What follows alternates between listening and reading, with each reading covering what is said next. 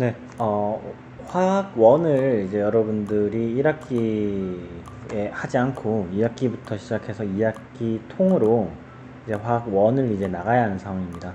그러다 보니까 제가 맡은 파트가 원자의 구조 파트, 이렇게 해서 원자의 3개, 그러니까 2단원과 4단원을 제가 맡게 됐어요. 그래서 총 1, 2, 3, 4단원 이렇게 있는데 그 1, 2, 3, 4단원 중에 2단원과 4단원, 그리고 김은주 선생님께서 1단원과 3단원을 이제 수업을 진행을 하실 거거든요. 저희 예상은 이제 중간고사에 1, 2단원을 모두 다 나가는 겁니다. 그러니까 저의 목표는 이제 중간고사 안에 2단원에 있는 원자의 3개, 그 원자의 구조에서부터 주기적인 성질까지 쭉 다 나가는 걸로 돼 있는데, 아무래도 이제 한 학기 분량 안에 쑤셔 넣다 보니까 심지어 저는 일주일에 한 번 들어가거든요. 그러다 보니까 이제 그 안에 수업 진도를 다 빼기가 어려워요.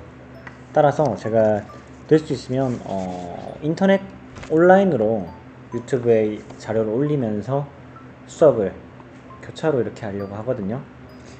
제가 수업 시간에는 아마 일일이 주로 모의고사라던가 기출 문제 위주로 풀다 보니까 기초적인 개념에 대한 언급이 거의 부족했어요. 그래서 유튜브 강의 같은 경우는 기초적인 내용도 어느 정도 짚고 넘어가면서 필요한 부분을 하면서, 그리고 중간중간에 모의고사 문제 하나씩을 첨가해서 수업 시간에 듣지 못했던 부분을 한 번 더 들을 수 있게 제가 해 놓을 생각이거든요.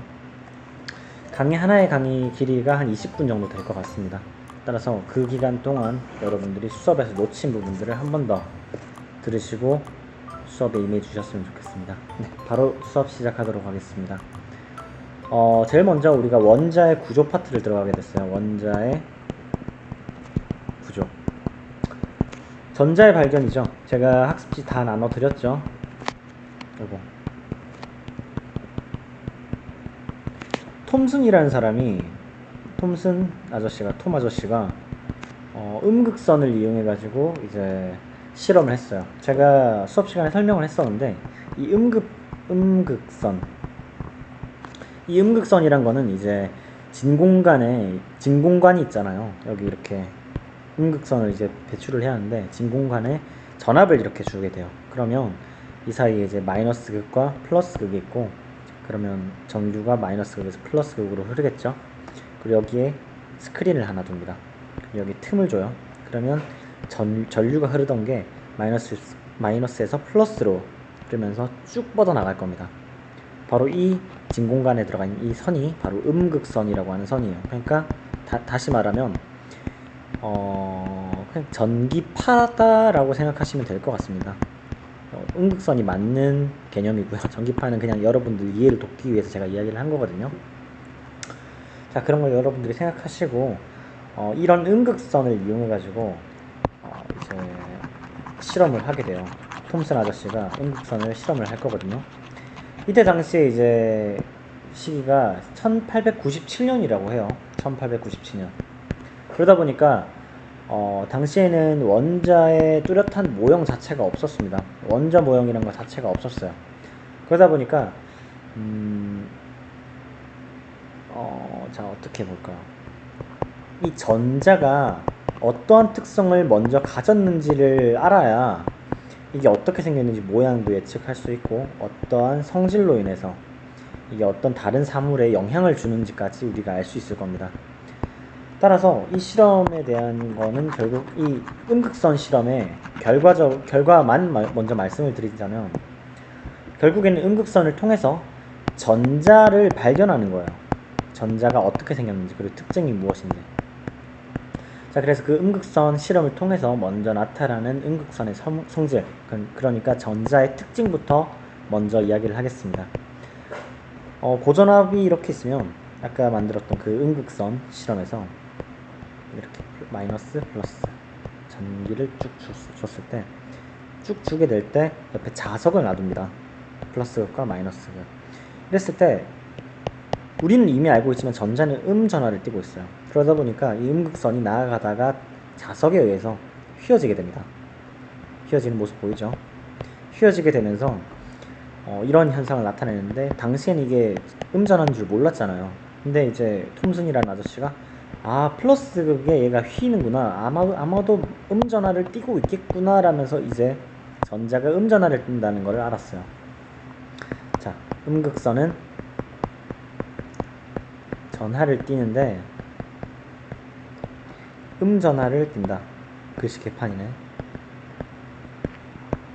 자, 음전하를 띄게 되는 거고요. 자, 두 번째 특징을 알아보도록 하겠습니다. 두 번째 특징으로는 똑같이 질소관이 있어요. 거기서 이렇게 또 빛을 쏘아주는데요. 이 경우에는 이제 십자가 모양의 가림막을 하나 두는 거예요. 그랬을 때 이거를 이렇게 전자파를 보냈는데 전자파가 여기 있는 이 십자가 모양의 가림판에 막혀서 이 부분은 아마 그림자가 지게 될 겁니다. 그림자가 실제로 졌어요. 그리고 그 외 부분에는 밝게 빛나는 음극선의 빛이 모이게 될 거고요. 따라서 당연한 이야기지만 당시에 이제 톰슨 같은 경우는 이러한 것을 보고 음극선은 직진하는 특징을 가지고 있다. 당연한 말이지만 당시엔 이게 되게 신기했나봐요. 첫 번째 특징은 전하를 가진다. 두 번째는 음극선을 쏘아줬을 때 직진한다. 그리고 마지막 세 번째입니다. 세 번째는 마찬가지로 이제 질소 방전관을 만들고 이렇게 쏘아줬는데 쏘아줄 때 여기다가 물레방아라고 하나? 아무튼 가림판이 있는 이런 물레를 중간에 넣어놨어요. 그랬더니 이 음극선이 물레를 치면서 이 물레가 돌아가는 걸 확인할 수 있었습니다. 쳤다는 말은 이 음극선이라는 거는 질량을 가지고 있다는 소리죠. 즉 전자가 미세하지만 질량이 존재한다. 그것을 표현해주는 그림이었습니다. 네, 제가 일단 먼저 전자의 발견, 이 톰슨의 음극선 실험에 대해서 설명을 먼저 했고요. 자, 음극선 실험이 끝난 뒤에 전자를 발견하고 나서 그 다음에는 원자핵을 발견하게 돼요. 원자핵을 발견하게 됩니다. 글씨 개판이다. 근데 이 원자핵을 러더퍼드라는 사람이 발견을 해요. 1911년입니다. 발견하면서 이걸 어떻게 발견했나 그 실험을 우리가 확인해야겠죠. 러더퍼드는 중간에 금속판을 설치합니다. 금속으로 된 판이에요. 즉 우리는 이미 답을 알고 있지만 그 답을 먼저 써놓겠습니다. 원자핵을 가지고 있고요. 이 원자핵에는 양성자와 중성자가 포함이 되어 있습니다. 그리고 금속이에요. 금속. 전자가 몇 개 없겠죠. 금속에 전자가 이렇게 궤도를 따라서 돌고 있겠죠. 자, 이런 모습을 하고 있는데 이런 모습에서 이제 러더퍼드 같은 경우는 음극선을 쏴준 게 아니에요. 음극선이 아닙니다. 음극선이 아니라 알파 입자를 쏴줍니다. 여기서 알파 입자가 무엇인지가 중요해요. 알파 입자란 이제 책에는 헬륨이라고 되어 있습니다. 헬륨 원자가 전자 두 개를 잃고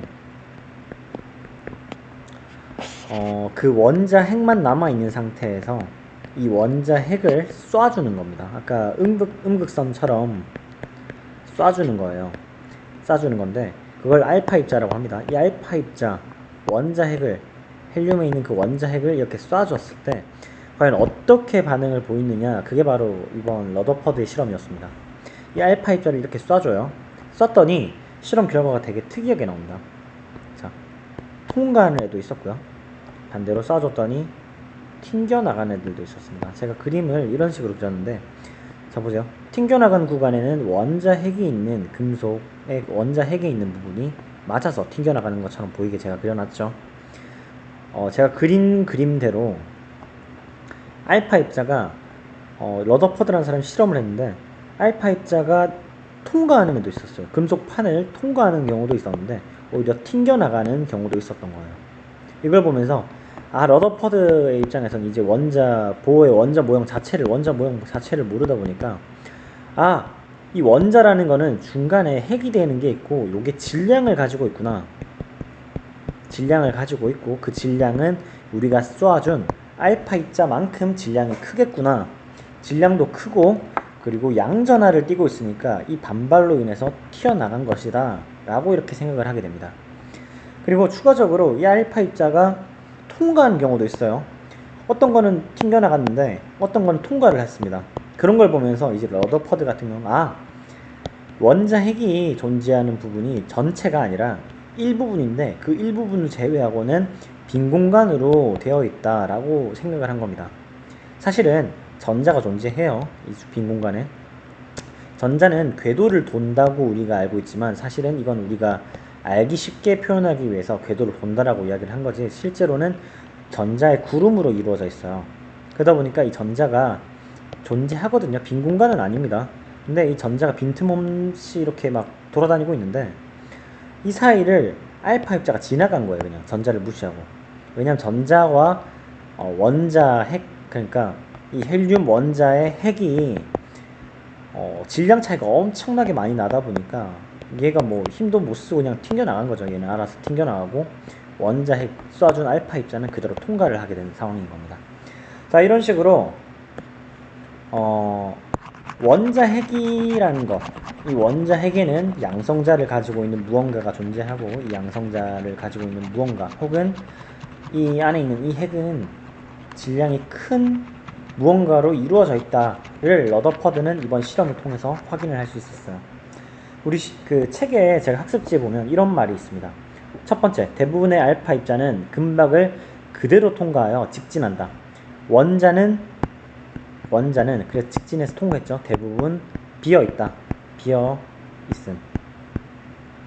두 번째, 극소수의 알파 입자가 플러스 전하를 띠는 부분에 튕겨서 나온다. 뭐 튕겨서 나온 거 아시죠? 아까 그림 그렸던 대로 튕겨서 나왔고 질량이 존재한다. 그리고 사실은 그 밑에 2번과 3번이 제 학습지 나눠줬죠. 같은 말이에요. 플러스를 띄기도 하면서 그리고 질량도 가지기 때문에 튕겨 나온 것이다. 휘어지거나 튕겨져 나온 것이다 라고 설명을 합니다. 자, 이까지가 이제 우리가 원자의 구조를 설명하는 파트에서 역사적으로 알아야 할 부분입니다. 사실 이거보다 역사적인 부분들이 더 많아요. 역사를 처음부터 제가 언급을 하고 싶지만 그런 부분들은 사실상 우리 수능에는 나오지 않습니다. 그래서 여러분들은 딱 여기까지만 여러분들이 알고 있으면 딱 수능 문제 그리고 내신 공부하는데 문제가 없을 거라고 생각해요. 자, 그 다음 내용에서 뭐 학습지에 양성자와 중성자의 발견이라고 해서 골트슈타인 그리고 체드윅이라는 사람이 이제 여러 가지 이제 양성자, 중성자를 발견했다 하는데 이 내용은 제가 넘어가도록 하겠습니다. 자, 그 다음 원자의 구조 파트입니다. 밑에 52쪽이라고 되어 있고요. 두 번째 학습지입니다. 이 원자의 구조에서는 우리가 일반적으로 알고 있는 보어의 원자 모형을 생각하면 되겠고요.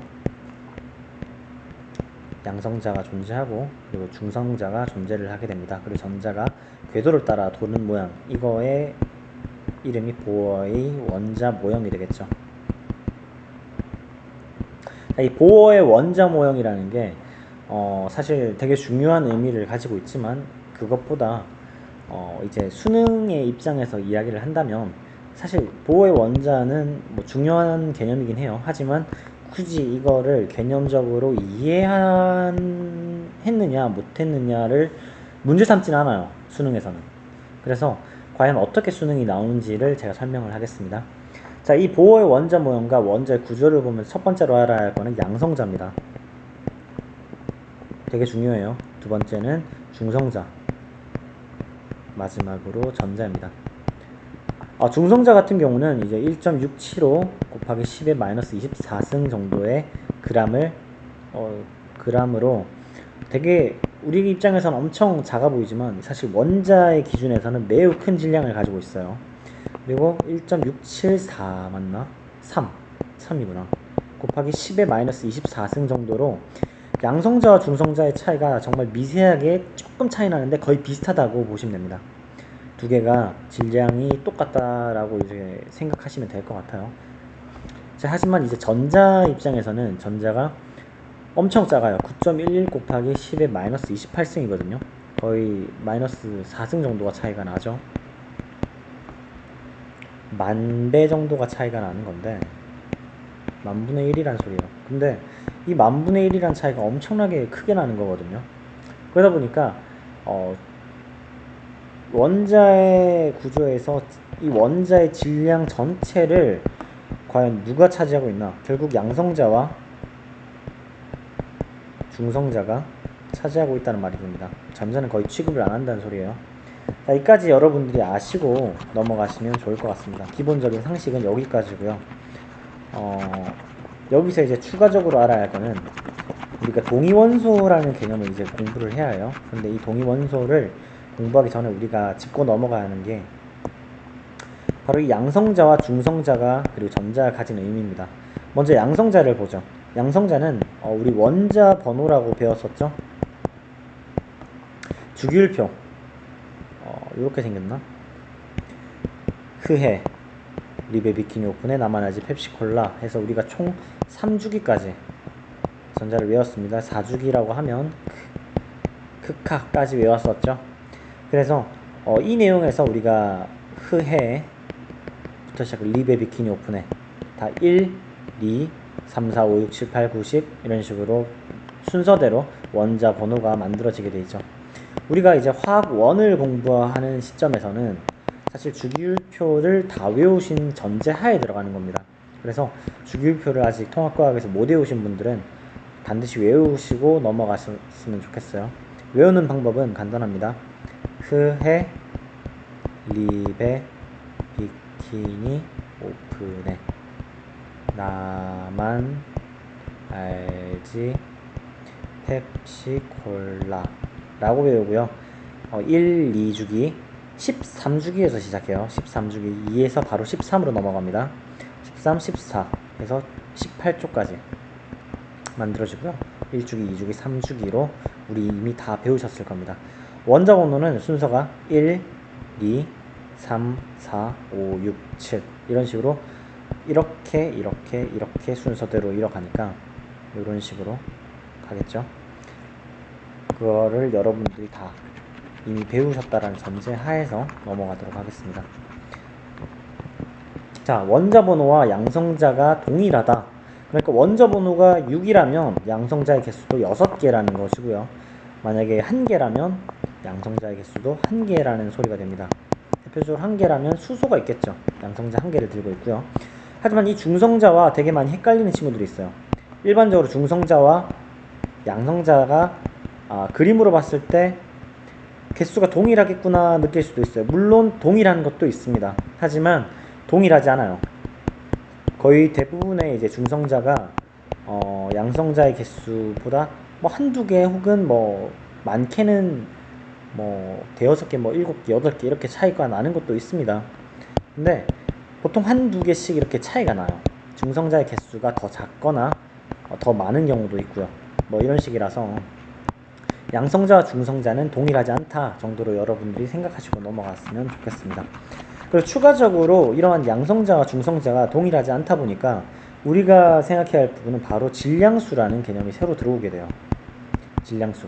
이 질량수는 양성자 더하기 중성자를 나타냅니다. 예를 들어서 양성자가 6개고 중성자가 8개다. 그럼 질량수는 14가 되겠죠. 그리고 전자의 개수와 일반적으로 양성자의 개수 그리고 원자 번호는 서로가 일치합니다. 원자 번호 양성자 전자. 물론 전자는 바뀔 수도 있겠죠. 일반적인 중성 원자일 때의 경우를 말하고 있습니다. 이 전자의 개수가 같다는 말은 만약에 음이온 혹은 양이온인 상태의 원자이다. 그러면 전자 개수는 당연히 바뀌겠죠. 중성 원자를 기준으로 한 이야기예요. 자, 아무튼 우리가 알아야 할 게 이렇게 있습니다. 먼저 질량수란 양성자와 중성자를 합친 값, 그리고 전자, 중성자, 양성자에 대한 이해를 알고 가셔야 합니다.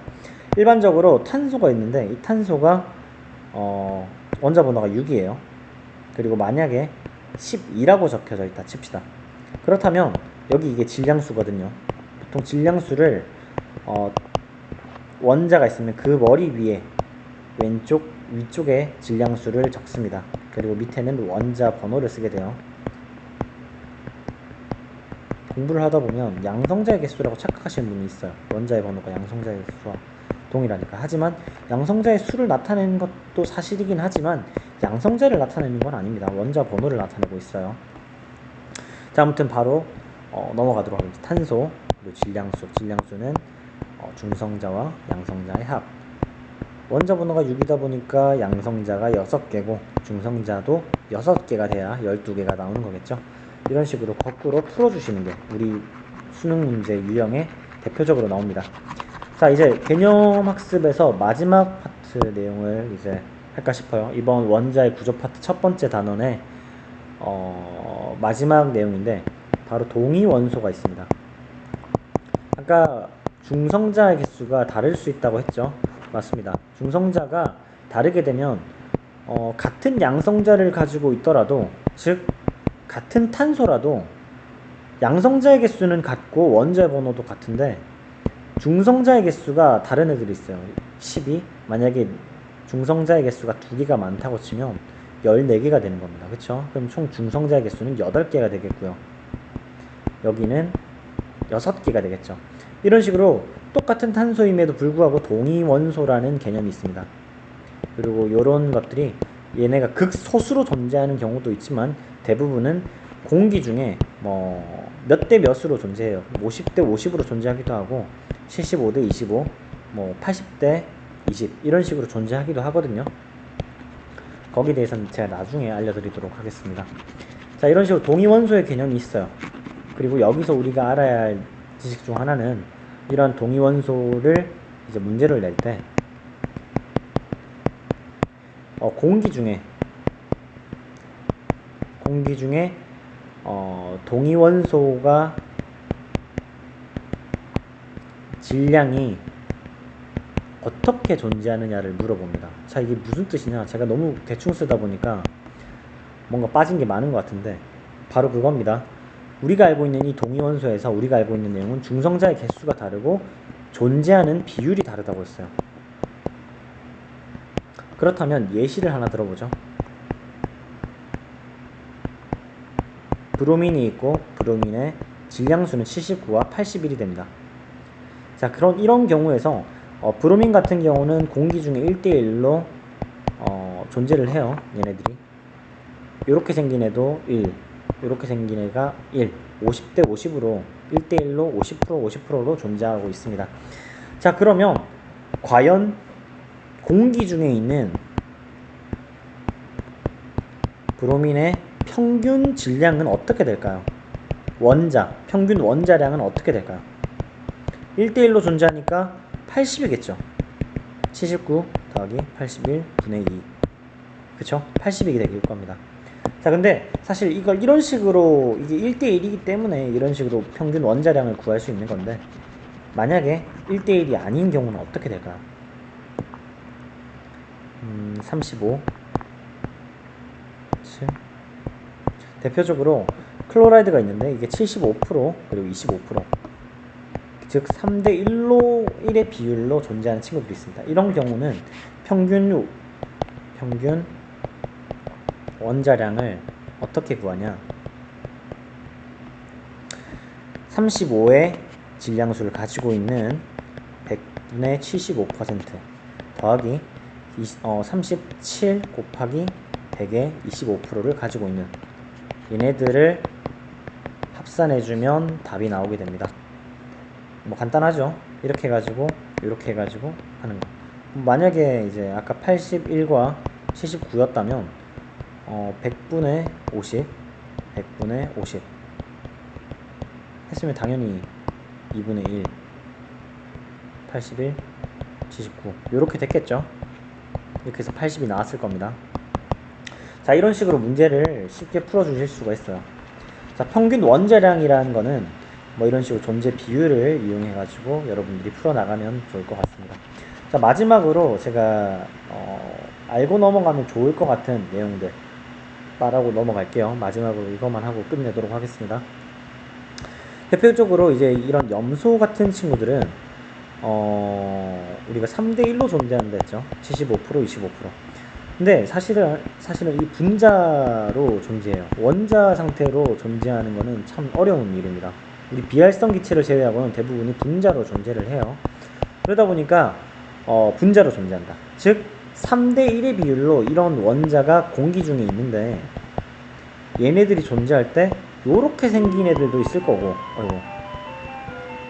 그리고 요렇게 생긴 애도 있을 거고, 그리고 요렇게 생긴 애도 있을 겁니다. 근데 확률상 얘 같은 경우는 요렇게 생긴 애도 존재할 수 있겠죠. 아이씨, 이렇게 썼죠? 이거는 37이 앞에 있고 이거는 35가 앞에 있고, 그러니까 확률적으로 요렇게 생긴 애도 존재할 수 있고 요렇게 생긴 애도 존재할 수 있다는 거예요. 그래서 얘는 곱하기 2로 존재한다 라고 생각하면 되죠. 요거나 똑같으니까. 자, 이렇게 생각할 수 있는데 요거 전체를 봐야 한다는 겁니다. 우리가 생각해야 할 때. 그러면 보통 이제 수능에서 물어보는 게 이래요. 평균 원자량을 구하는 건 되게 쉬운 내용이다. 그러면 분자량을 생각했을 때 35 요렇게 생긴 애가 과연 몇 퍼센트 존재할까에 대한 질문을 많이 내려요. 이때 우리가 간단하게 생각해주면 좋을 게 있습니다. 9대 6대 1. 제가 어떤 반 9대 3대 1이라고 했는데 제가 실수한 거예요. 6대 1. 9대 6대 1입니다. 9대 6대 1. 9대 6대 1로 얘네들이 존재해요. 그러니까 35 얘네가 9고요. 그리고 얘네가 6. 그리고 얘네가 1. 제일 적게 존재합니다. 자, 이게 어떤 원리로 이제 나온 거냐면, 자, 여기다 쓸게요. 어떤 원리냐면 이거예요. 존재의 비를 C라고 합시다. 예를 들면 이제 35 37 이렇게 있다고 쳤을 때 존재의 비가, 이건 안 써도 되겠구나. 자, 이렇게 있다고 칩시다. 존재가 이렇게 한다. 이렇게 했을 때 이걸 두 개를 엮었을 때 나올 수 있는 경우의 수가 이렇게 되죠. 요런 경우가 있을 거고요. 그리고 경우의 수를 엮으면 이렇게는 하면 안 되겠다. 이렇게 곱해줘야겠네요. 얘만 두 개가 엮일 경우 요거 곱하기 하면 되죠. 이렇게 한 세트가 나올 거고요. 얘랑 얘가 A와 B의 순서로 겹쳐질 경우, 그리고 얘와 얘가 겹쳐질 경우, 그러면 요렇게 생긴 거랑 요렇게 생긴 게 나오게 되겠죠. 근데 이게 똑같은 거잖아 사실은. 그래서 그냥 곱하기 2라고만 하겠습니다. 그리고 이렇게 생긴 애들 두 개, 그러니까 37이 두 개가 엮인 거죠. 자, 이런 식으로 두 개가 섞여서 요런 확률과 요런 확률과 요런 확률로 된 분자를 얻을 수 있겠다. 이런 확률의 비로 얻을 수 있다 라고 생각할 수 있습니다. 자, 그러면 계산을 해볼 수 있죠. 새로 하자. 자, 3대 1이라고 했습니다. 35 37 이렇게 있을 때 3대 1이라고 했어요. 자, 그럼 이 3대 1이 어떻게 분화가 되냐, 이렇게 생긴 애가 있고 얘가 4분의 3 비율로 존재를 한다는 거야. 4분의 3. 그쵸? 두 개 곱하면 되겠죠. 16분의 9가 나옵니다. 첫 번째 하나 구했네요. 35 37 그리고 37 35 두 개의 경우 가능하죠. 얘 같은 경우는 이런 경우 4분의 3짜리 하나 4분의 1짜리 하나 두 개 곱해주면 16 3 곱하기 2를 해서 16분의 6이 됩니다. 16분의 9 9가 아니라 6. 그리고 마지막으로 37짜리가 4분의 1의 비율로 존재해요. 그럼 4분의 1 곱하기 4분의 1 하면 37이 결합되어 있는 이거의 확률이 존재하겠죠. 나타나겠죠. 16분의 1이 나올 겁니다. 4, 4, 16, 1. 자, 이렇게 했을 때 제가 아까 말씀드렸던 9대 6대 1의 비율이 나오게 되는 거예요. 자, 비율상 이게 제일 크죠. 자, 이런 식으로 여러분들이 생각할 수 있습니다. 아마 나온다고 한다면 이런 부분들 여러분들이 외워놓으시면 금방 푸실 거예요. 자, 그래서 마지막으로 알려드릴게. 얘가 3대 1이라 했잖아. 그러면 이거 두 개의 분자에 대한 비는 9대 6대 1이다. 그리고 아까 제가 대표적으로 나온 애들이 있는데 얘네들 같은 경우도 1대 2대 1이다 라고 외워주시면 될 것 같습니다. 1대 1의 비율이니까 1 곱하기 1, 1 곱하기 1, 1 곱하기 1, 1 곱하기 1, 1 곱하기 1. 1 곱하기 1이 요거 각각 들어가면 곱하기 2가 되니까 중간에 2가 되는 거예요. 자, 아무튼 이런 식으로 해서 제가 일단 개념적인 부분들, 여러분들이 외워야 하는 부분들, 일단 첫 강의에서 배워야 하는 부분들은 다 설명을 했습니다. 아마 일단 제가 설명을 해야 하는 부분이 있어서 되게 자세히 설명한 만큼 제가 알기로는 20분 시간 지난 것 같은데, 아무튼 이 부분들을 여러분들이 만약에 수업 시간에 듣지 못했다면 충분히 화학 1 강의를 듣기 전 혹은 문제를 풀기 전에 반드시 짚고 넘어가셨으면 좋겠습니다. 아무튼 오늘 수업은 여기서 끝입니다. 다들 수고하셨고요. 제가 될 수 있으면 시간만 좀 오래 안 걸렸다면, 이렇게까지 길게 설명을 안 했다면 문제도 하나씩 풀어보려고 했는데 문제를 풀었다가는 시간이 더 넘어가겠네요. 아무튼 수업은 여기까지 하겠습니다. 수고하셨습니다.